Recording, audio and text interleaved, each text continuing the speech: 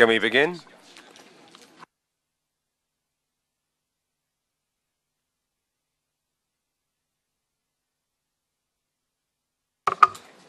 We certainly can. Good morning, Chairperson, Councillor Curry, members of the panel, members of the audience. Thank you for the opportunity to come and entertain you for a little while this morning. Just to give an overview of what we're going to be talking about, up front there have been some queries raised in the media and elsewhere about the desirability of LLU as a regulatory intervention. We want to consider whether this is the correct forum for that discussion and also to restate what ISPA believes to be the case for LLU.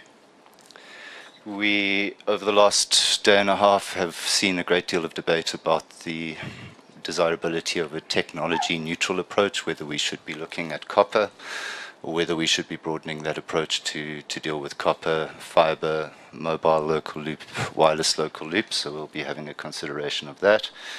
We'll briefly have a look at the position of the incumbent fixed line provider, the incumbent mobile network operators, and the current disease which seems to be afflicting them, and then go through pricing issues, information asymmetries issues, before having a quick look at the specific queries raised in the discussion document, particularly around the facilities leasing approach and the access line deficit. As stated, there have recently been in the media and in some of the written submissions and certainly in some of the presentations yesterday, a large number of statements querying whether LLU is desirable, whether it's going to deepen broadband penetration, whether it is something that South Africa can afford in terms of its current status and socio-economic development. ISPA is concerned that this is not the correct forum for that discussion.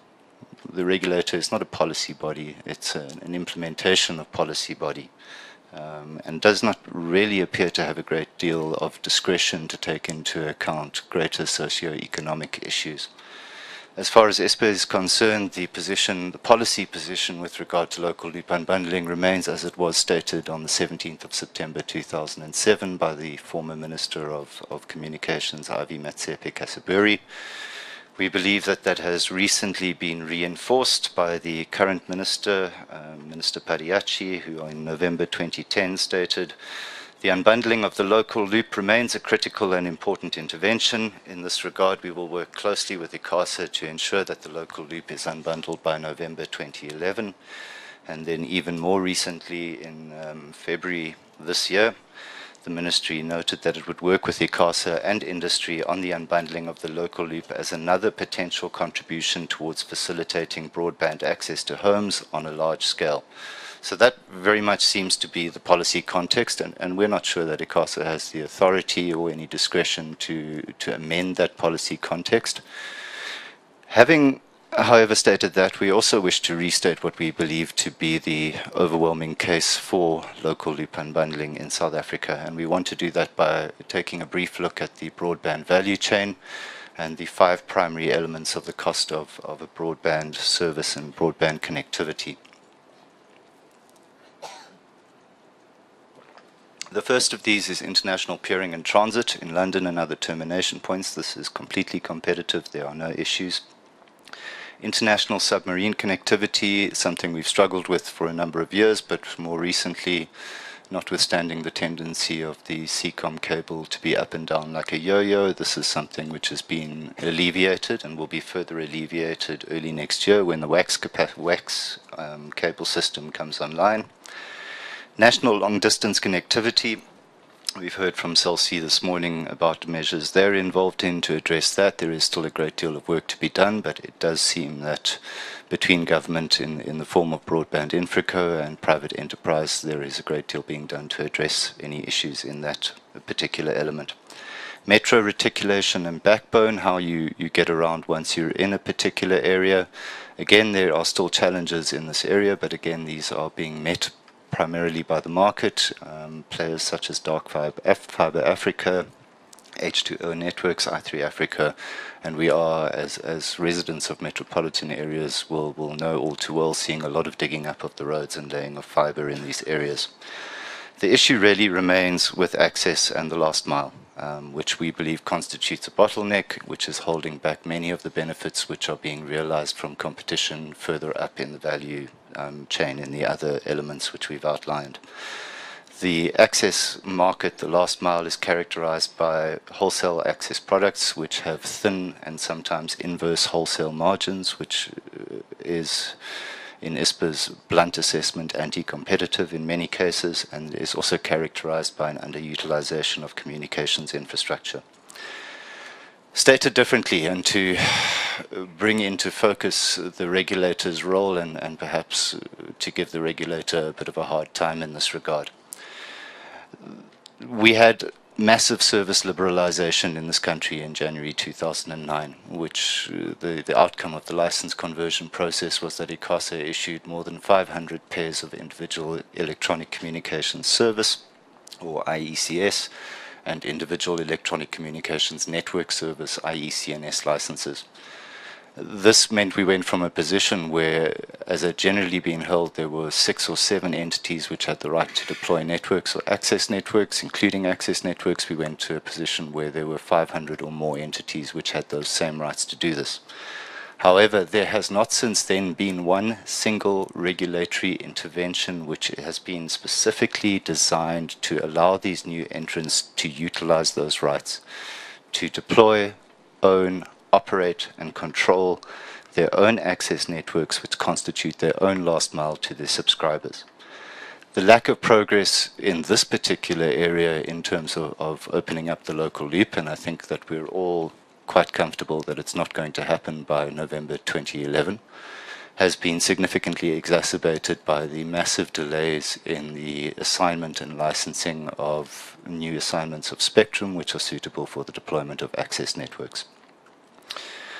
Our position is that with the notable exception of the call termination regulations and intervention, there has been no regulatory intervention specifically targeted at wholesale pricing practices which are currently evidenced in the wired and wireless access markets, despite there being a critical need to do so. ISPA believes that introducing greater competition to and regulating wholesale pricing in access networks is the single most important regulatory intervention that the authority can make as regards lowering the cost of broadband services in South Africa. However, we wish to reiterate that this process that we're involved in over these 3 days and will be involved in no doubt for some time in the future should not be misconstrued as an opportunity to reopen the debate as regards the desirability of LLU. That is a decision which rests with the policy maker, with the minister, and as things stand, that has been made. The latest information which ISPA has, which we can't really vouch for, is that it is the minister's intention to release a statement indicating continued support for LLU, recognition of the reasons for the delay in the implementation of the process and condoning those delays and stating that we need to proceed. Moving to the second topic we'd like to address today, which relates to technology neutrality. We've noted, and everyone accepts, that the ECA mandates an open access approach. But we also need to be very clear about the implications of the authority's decision not to follow a Chapter 10 process, but to follow a Chapter 8 process, to use the facilities leasing regulations as opposed to the competition provisions of the ECA. If we're talking electronic communications facilities, we cannot only be talking about copper, because that is not the only thing which is defined as an electronic communications facility in the Act. ISPA would like the conversation to be broadened so that it also relates to fiber, it relates to mobile and fixed wireless access networks. Optic fiber is a particularly interesting case. This represents the future and something which we are seeing a lot of deployment of currently, and this is a critical stage in South Africa's development and its competitiveness going forward. And it's critical that we get these fiber deployments right and we get the basis on which they're going to be done right. We'd like to just draw the authority's attention in terms of fiber to subsection 43.7 of the Act, which talks about the authority's discretion in granting exemptions to new rollouts of fiber loops. We will touch on the position of the mobile networks, but one of the critical questions which needs to be answered is whether spectrum, radio frequency spectrum, can be considered to be an electronic communications facility. I know that MTN and Vodacom and Cell C have expressed a view in this regard. I'm certainly not prepared to express a view in this regard. I think it's an incredibly difficult question which will probably exercise the minds of some of the finest legal brains in people in this country, and will probably only be resolved by a court in due course. So in essence, what ISPA is proposing is that the process which ICASA launched be a technology neutral process, but that at the same time it recognizes that there are different challenges which are involved in unbundling different facilities which form different forms of access networks. Those different challenges, just to refer back to the question that went to Cell C, we would support being encapsulated in subsection 44.3M regulations once the process has been finalized.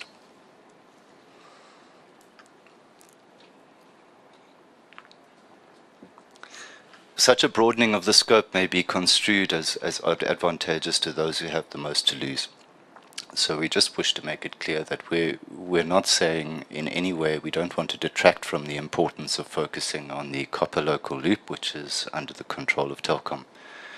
We recognize that there remain extremely cogent and compelling reasons to deal with that copper local loop.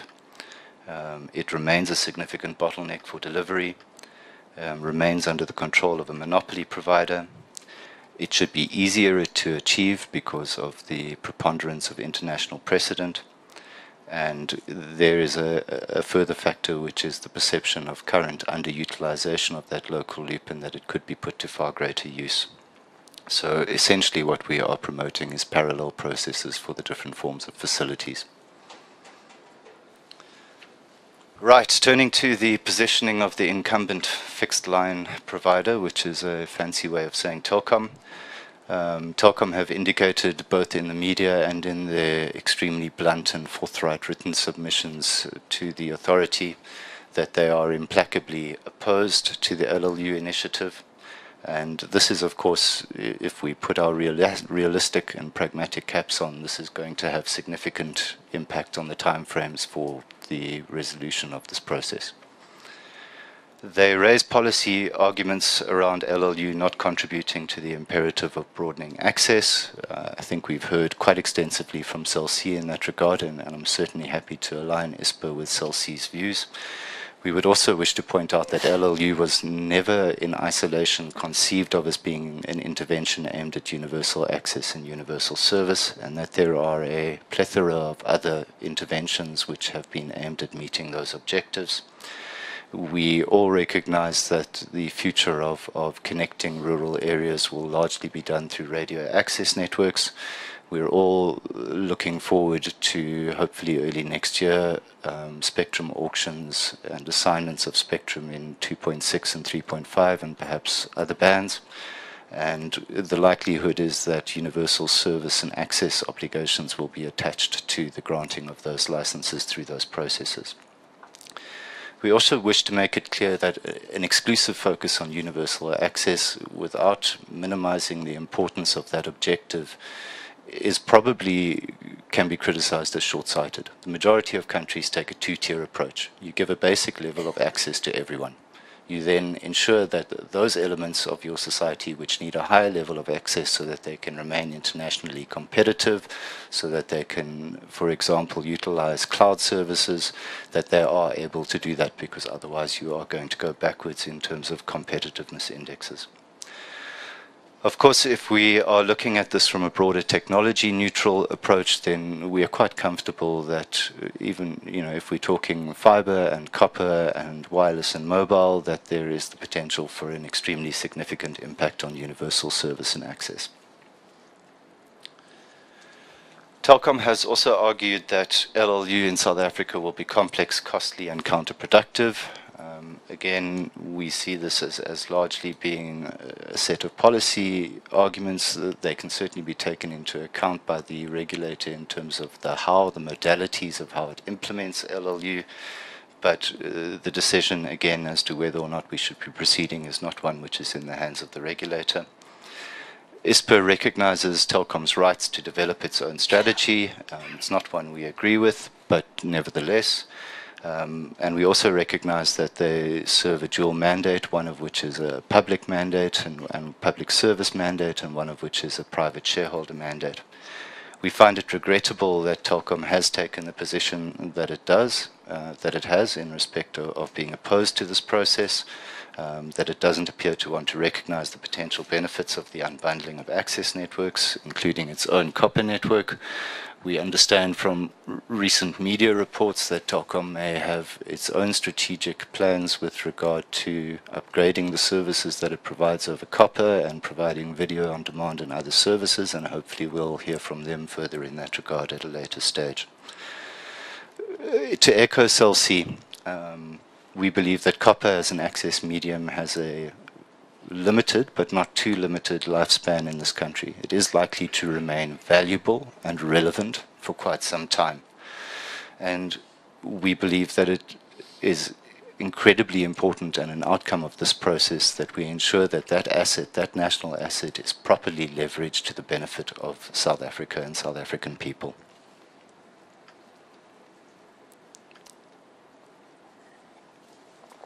We agree with the analysis proposed by the authority when launching this process, that there are revenue generation opportunities inherent in a local loop unbundling exercise for Telkom.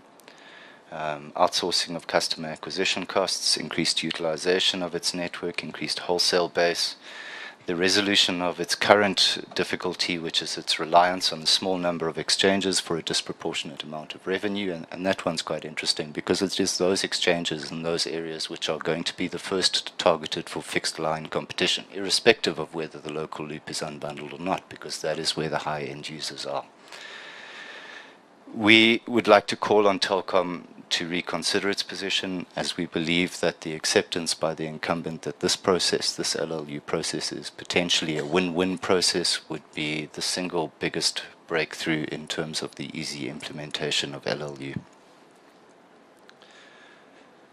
The positioning of the mobile incumbent mobile networks, we will have heard two new expressions over the last 2 days. One is fixed local loop unbundling and copper local loop unbundling, and it appears that since the release of the discussion paper and the authorities' subsequent position change that it needed to be addressed on a technology neutral basis, that the mobile network operators have contracted a case of FLLU or flu, and they don't seem to have a CLLU or clue in terms of why they should be involved in this process. We have some sympathy with their position, however. There is a different set of technical and pricing challenges which are attendant on the unbundling of a radio access network, and as stated previously, we would support a separate parallel process to investigate these challenges. And of course, we need to get clarity on this issue of whether radio frequency spectrum is to be regarded as an electronic communications facility, as that term is defined in the Act. The challenges with regard to the mobile networks, and this is not strictly within the scope of this engagement, is really about wholesale pricing and margins which are inadequate or non-existent. And therefore we would like to welcome the focus which the authority has shown through its questions on APNs, roaming and MVNOs as instruments for introducing competition into the mobile voice and data space. And we would like to publicly call on the authority to launch Chapter 10 processes into pricing in the wholesale mobile space as a matter of urgency. Just to deal with pricing, and I think I'll go through this fairly quickly. Obviously, pricing is a critical element of all of this. The success of the intervention to a very large degree hinges on the business case which access seekers are able to make. And that can, as ever, be thwarted through price setting by the incumbent. The mobile networks have all brought up carrier pre-select or CPS, and as an example of a successful intervention. with the notable exception of our good friends at Cell C, we would take a different point of view in terms of the success of the intervention. It's quite evident that subsequent to the call termination process, the termination leg of a call is regulated in terms of price. However, the same exercise has not been applied to the origination leg of the call. Accordingly, what we're seeing from entities such as Telkom and the mobile networks, with the exception of Cell C, is that they are placing origination costs at a far higher level than termination costs. So they have no choice in terms of the termination costs. It's regulated, but the origination costs which are being proposed are such that there is in fact no business case for carrier pre-select in this country until that pricing aspect is dealt with. ISPA understands within the context of local loop unbundling that there are two potential avenues. One is to go through Chapter 10, that is a comprehensive process, has the disadvantages of the amount of time which it takes, and the approach which the authority appears to favor, which is to use the non-discrimination provisions of the facilities leasing regulations as an implicit price control. How does this work? Our understanding is that currently Telkom Wholesale offers local loops as a facility which form part of the electronic communications network service which it provides to inter alia Telkom Retail. There would be a price X or a price formula to determine X, where X represents the unit price charged by Telkom Wholesale to Telkom Retail per local loop. If we apply the facilities leasing non-discrimination approach, we first look at sub-regulation 9.1, which would prevent Telkom Wholesale from unfairly, emphasis, discriminating in the negotiation, conclusion and implementation of a facilities leasing agreement as between Telkom Wholesale and as between itself and Telkom Retail and itself and any other facilities seeker. Sub-regulation 9.3 requires Telkom to apply similar terms and conditions, including those relating to rates and charges in similar circumstances. So we have a basis here for an implicit price control based on non-discrimination. We also understand that the only permissible deviation, the only unfair or the only fair basis for deviation would be based on volumes, and that seems to be obviously applicable and to actually constitute an inbuilt advantage for Telkom Retail. That leads to information asymmetries. If we are going to be regulating price on the basis of an implicit control, we need absolute transparency in order to be able to do that. I think some of the questions which were posed, I think, to Vodacom yesterday regarding their awareness of the pricing charged to their competitors were very revealing in that regard, and there is a great deal of work to be done. We've also heard from prior presenters that it is impossible currently to state whether or not they are going to take up local loop unbundling opportunities, because we sit with an information deficit which has to be remedied regarding the locations, qualities, the type of facilities which are available, and pricing.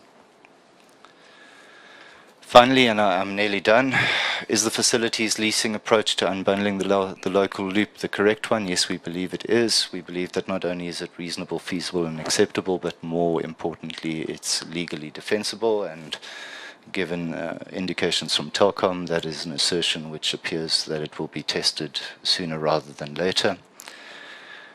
We want to also just raise the Neotel complaint which has been laid with the authority against Telkom in respect of a refusal of a request for certain specified bits of the copper local loop. Unfortunately, information regarding the nature and the progress of this dispute is difficult to come by, but we believe that ICASA's council has now referred it to the Complaints and Compliance Committee, the CCC, and hopefully we will shortly hear further progress in terms of how this is going to be resolved. What is interesting about this complaint is that it constitutes a separate process from this one. It involves an investigation of the law, and it involves an investigation as to whether the approach which the authority has adopted is the correct one, irrespective of questions of policy. The flip side is that it is potentially going to be very difficult for the authority to finalize this approach until such time as the CCC has pronounced on the matter, and potentially until such time as either Neotel or Telkom have exhausted their future legal remedies with regard to the CCC's finding. What forms of local loop unbundling do we realistically favor in the South African market? All of them. They're not a closed list. It's not a set of alternatives. We do recognize practical limitations and that there will be some significant delays in implementation and that will be relative, that some models will take longer to apply than others. We would like them all to be started now and all to be run in parallel. I believe that the Telkom representatives are now in the room, so if I could just make the point with regard to Bitstream that to ISPA's knowledge there are Bitstream products, improved Bitstream products which Telkom has and which it is not releasing into the market, and we would request that if Telkom sees its way fit to doing so, that it address the issue of the release of those products into the market. Pricing issues, as noted, will have to be dealt with in all forms of local loop. And then we see the introduction of an independent third party. I think the number portability company has been mentioned and given good reviews in this regard. But such an independent party charged with doing the audit which Vodacom has raised, information gathering, ordering, maintenance and related issues for all forms of unbundling. Access line deficit. To emphasize the point, no one's asking for a freebie, no one's asking for a gimme. We don't just want the network as access seekers. Obviously, if there are costs involved and those costs can be demonstrated and those costs can be defended, if you want to play, you're going to pay. Having said that, there is a complete lack of transparency into the current size of the access line deficit. All the submissions which Telkom makes to the authority in this regard are confidential. The rest of industry has no insight. So we would need to be involved in a process whereby that is investigated. We need to see what the reasons were for the accumulation of the access line deficit, and we would support CELC's call that we then be innovative with regard to the manner in which we can address it. But certainly indications from ISPA's members is that if an access line deficit recovery scheme is mooted, they are on the face of it willing to participate in such a scheme. I think I'm going to call it there and say thank you to the panel and everyone for listening to me, and see what questions you have. Thank you very much, Dominic. In your written submission, ISPA argues that the essence of the unbundling exercise should center on the laying down of a set of principles which are capable of being applied across access media. Could you give some examples of what you're thinking about with regard to such principles? Thank you, Councillor Curry. I don't think there's a great deal to be done there. You've already made the fundamental decision, which is that you're going to follow the facilities leasing approach and the facilities leasing regulations. So really this is about deciding whether that is the correct approach to take. If we make the finding that that is the correct approach to take, it has necessary implications. One is that you cannot isolate copper as a single facility which is worthy of being unbundling. You have to examine the full set of facilities and say which of these should we be looking at in terms of access networks for unbundling purposes.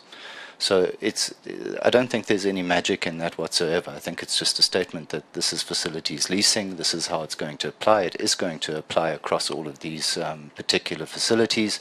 Now we need to have a debate and an interaction as to how precisely that happens. And Vodacom has argued that Bitstream is a service rather than a facility. What is ISPA's view on that? I'm going to reserve the right to come back to you with a written response in that regard, but on the face of it, Bitstream would certainly fall more within what we would regard as a service as opposed to what we would regard as an electronic communications facility as that term is defined in the Act. I think the confusion comes mainly because of the manner in which the authority has chosen to proceed. So typically where you have a Chapter 10 process or a separate process looking at local loop unbundling, bitstream would be included because you're not then focusing on a facilities-based approach.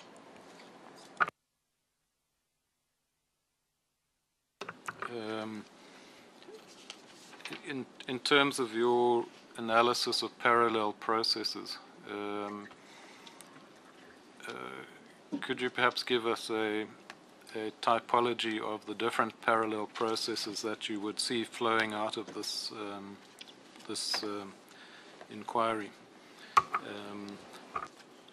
linking also to MWeb's proposal that we should be looking at a phased implementation with regard to quick wins around bitstream and so on. Councillor, before I answer, just a point of clarity. We're talking about phases in terms of the different options for unbundling which the authority has put into play rather than issues of technology neutrality. Is that correct? Yeah. Certainly we identify very strongly with the comments and the submissions made by MWeb in terms of a phased approach. All we're saying is that yes, bitstream may be a quick win. Naked DSL, which is outside the scope of this proceeding for now, but which will be subject to a further process shortly, is a quick win. Looked at differently, full local loop unbundling as opposed to sub-local loop unbundling, there are going to be different timeframes which apply to those. All we are saying is that we don't want a phased approach where we now say, okay, let's focus on bitstream, and once that's done, let's focus on the next leg, which may be full local loop unbundling or shared line. We would like all of those processes, all of those four options, bitstream, shared, full, subloop, to be commenced at the same time, so that we're not extending this process for decades. We're starting at the same point, realizing that there will be different endpoints in time. So if I understand you correctly, if one looks at the definition of an electronic communications facility, would you say that the authority has any discretion to differentiate between different forms of local loop unbundling when it comes to making a determination? No. If you are intent on following a facilities leasing approach, then if a facility falls, if a piece of equipment falls within the definition of electronic communications facility and it forms part of the last mile or an access network, then it needs to be looked at. Obviously, you would look at your priorities in that regard, and we would suggest that copper is the obvious priority. That's the one that's been identified by both government and yourselves as being a priority. Our second priority would probably not be wireless, it would be fiber, because that is the future of this country, and wireless would certainly be another one. Those are the three main access media in this country. So just on fiber, what was your thinking in drawing our attention to the discretions in the regulations or the Chapter 8 regarding infrastructure investment? Just that to distinguish fiber from copper, it's a different conversation. It's a different debate. We cannot simply have the same conversation about copper as we're having about fiber, because there we're talking about far more sensitive issues about balancing new build and incentives against obligations to share. And that is something which the Act specifically recognizes in subsection 43.7. So I'm just trying to get at the issue of parallel processes. What we had been saying is in the discussion document is let's have a working group on technical issues and a working group on pricing. Do you think it would be worth disaggregating those working groups into different elements addressing different focuses around, say, one on bitstream, one on various forms of local loop unbundling, one on wireless, one on fiber, or could they all be dealt with in one working group? Councillor, we'd see them as being separate processes in terms of the form of facility we're talking about, the form of access network. So I think it's accurate to say that this process and the discussion paper is clearly about copper, that there was a later recognition that it needed to be broadened. So it's going to be very difficult to build a discussion about mobile local loop and fiber based on the document which has been released. That may be remedied in the findings document in terms of how that is structured. In terms of a phased and parallel approach, we would see the discussions about fiber, wireless, and copper as being separate, and each of those would have working groups which would be discussing technical and other challenges.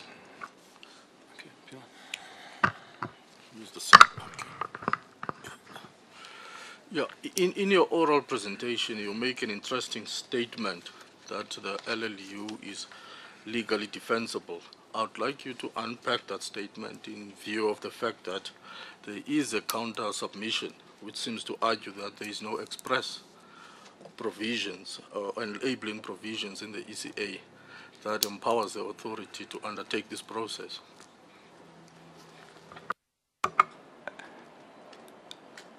I think the best way to deal with that is either through the presentations tomorrow, in terms of responding to that view which is going to be expressed, I think, at 3 o'clock this afternoon. You know, and certainly I think it's worthy of further written submissions. Thank you. Oh, I'm happy with that.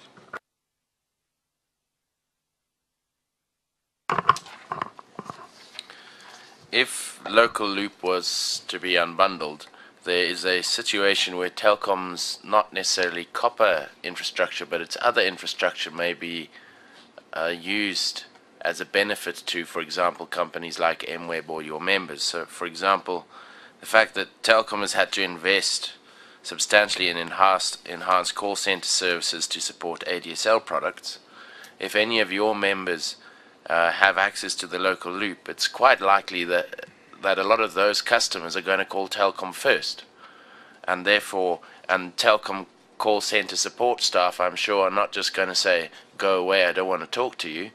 They may actually help. They may actually help those people, and in that extent, Telkom is providing a service for which it's not being paid for. So there's not only an issue of paying for the line, we're going to have to sort out the issue of customer service as well. Do you not think that there's a threat that Telkom could inevitably begin servicing the entire market and not being paid for it? I'm constrained to point out that that would be most unlike Telkom,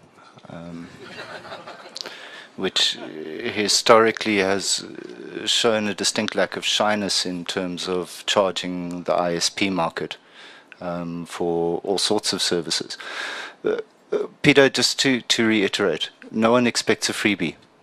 If there's a cost to Telkom, that cost must be hauled out into the light and examined, and if there's a case for access seekers to contribute to recover that cost or to pay for that cost, that needs to be stated and dealt with as part of the business case. If we're certainly not going to see a situation where Telkom is providing all sorts of ancillary services at no advantage or no benefit to itself. That's simply not going to be a win-win, which will, and it will not work.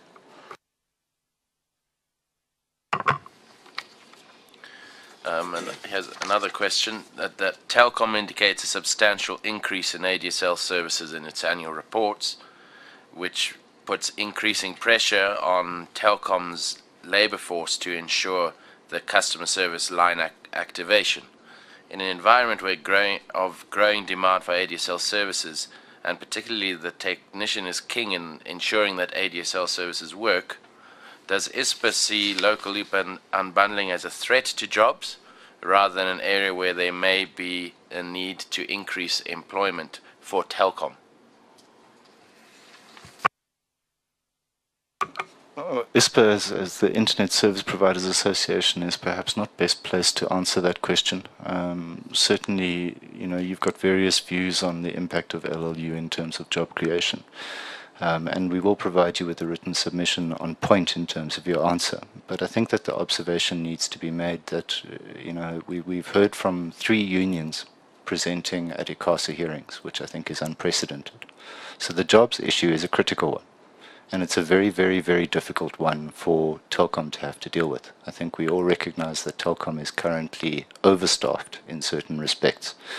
and I'm not sure of the precise figures, but I think they are servicing 4 to 5 million customers with a staff base of probably around 40 to 45,000, whereas a company like MTN is servicing 20 million customers with a staff base of only 5,000.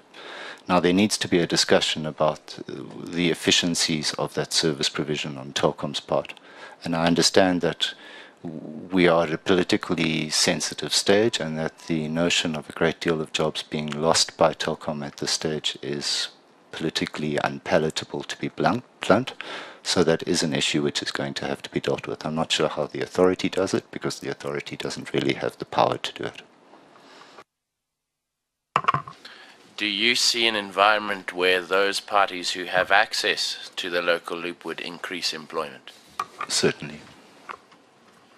Do you have any indicators? Would you be able to provide any estimates? It's impossible to do so at the time, given the information asymmetries and deficits. You simply cannot, we could thumbsuck figures which we could bring to you for the purpose of furthering ISPA's members' agendas, but we don't want to do that. We'll leave that to others. You mentioned in your presentation about an inverse margin pricing structure regarding some of the wholesale offerings that already exist. If you would be interested in providing additional detail on that, the authority would appreciate it in a written submission. We will certainly and happily do so.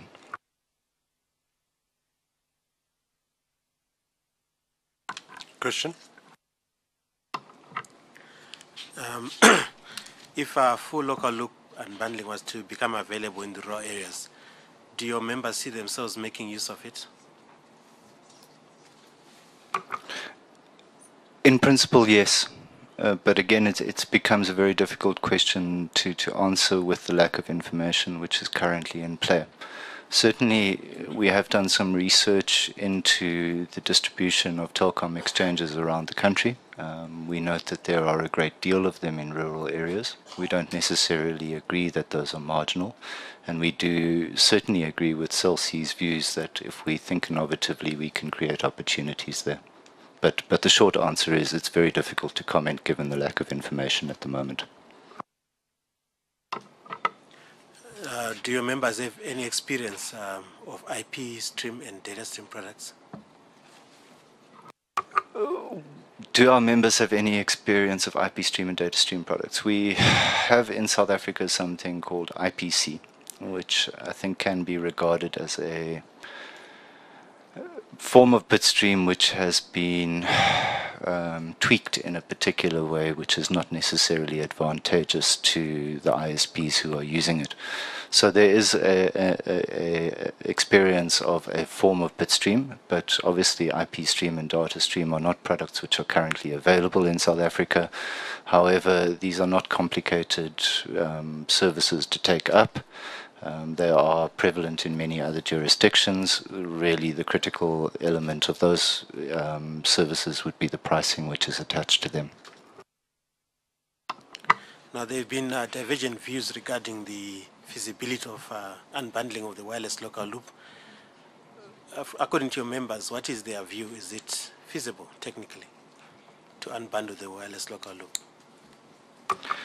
I think we need to also, just prior to answering that, we need to adopt a distinction between wireless local loop and mobile local loop, because I think there are different technologies which are at play and different considerations. So we haven't really heard about the fixed wireless local loop, and I can't really think of any difficulties there may be in terms of unbundling that. I'm also not sure to what degree that's necessary at this stage.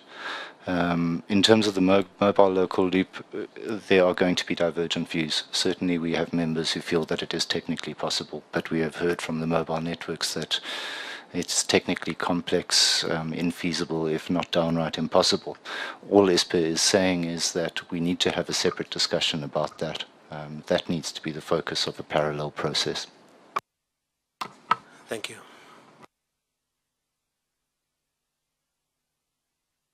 Okay, thank you, Chair. CELC stresses on quality. The success of LLU will depend in part on online quality. What quality parameters do you consider to be important?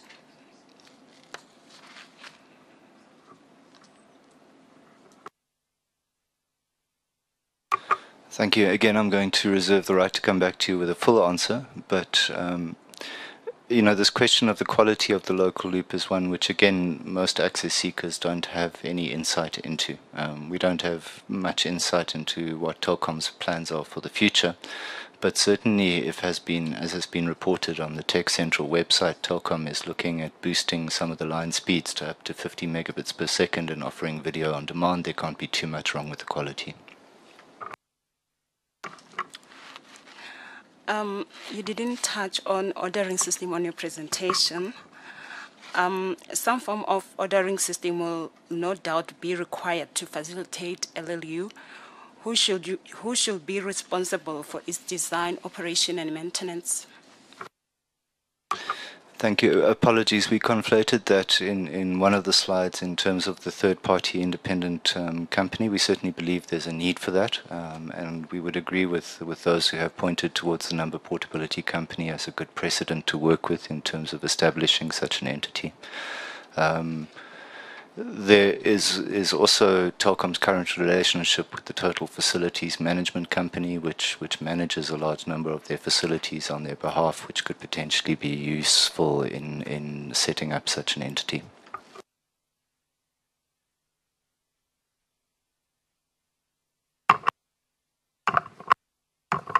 Thank you, Chair. Have any of your members approached any operator to co-locate at the local level within a network? And have those requests been successful? Yes and yes.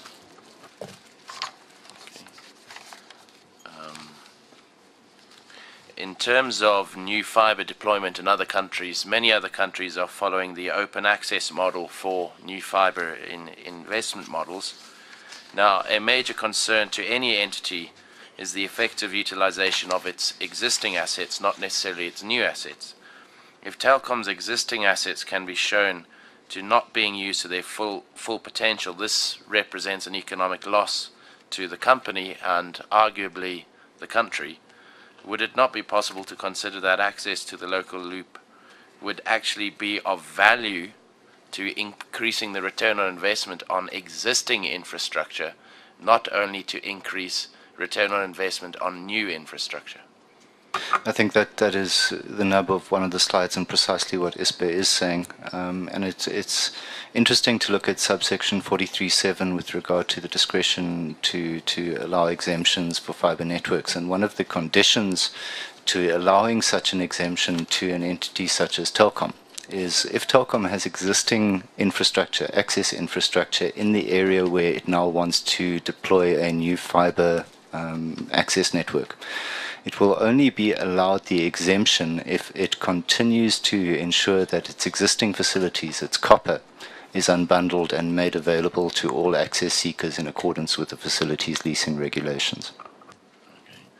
And finally, you're obviously aware of the prepaid services, the Via product that Telkom has offered in the past.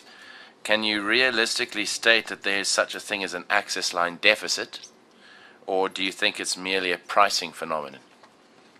To be quite honest, we have no idea. These are internal matters to Telkom. From as Celsi stated, the general view seems to be that Telkom in its COACAM submissions has made the case for an access line deficit. Industry has no real knowledge as to whether it exists, if it exists, why it exists, and if it exists, to what extent it exists. So we can't really make a comment at this stage. There are obviously issues which need to be brought into that consideration, which are not necessarily directly economic issues.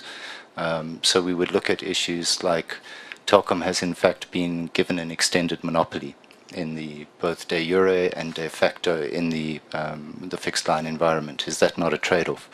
We would want to know why Telkom hasn't taken available opportunities to rebalance its tariffs when those have been presented.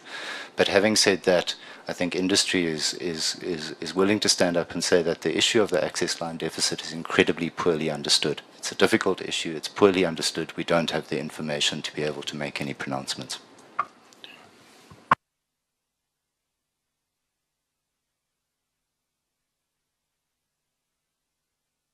we have any questions from the audience?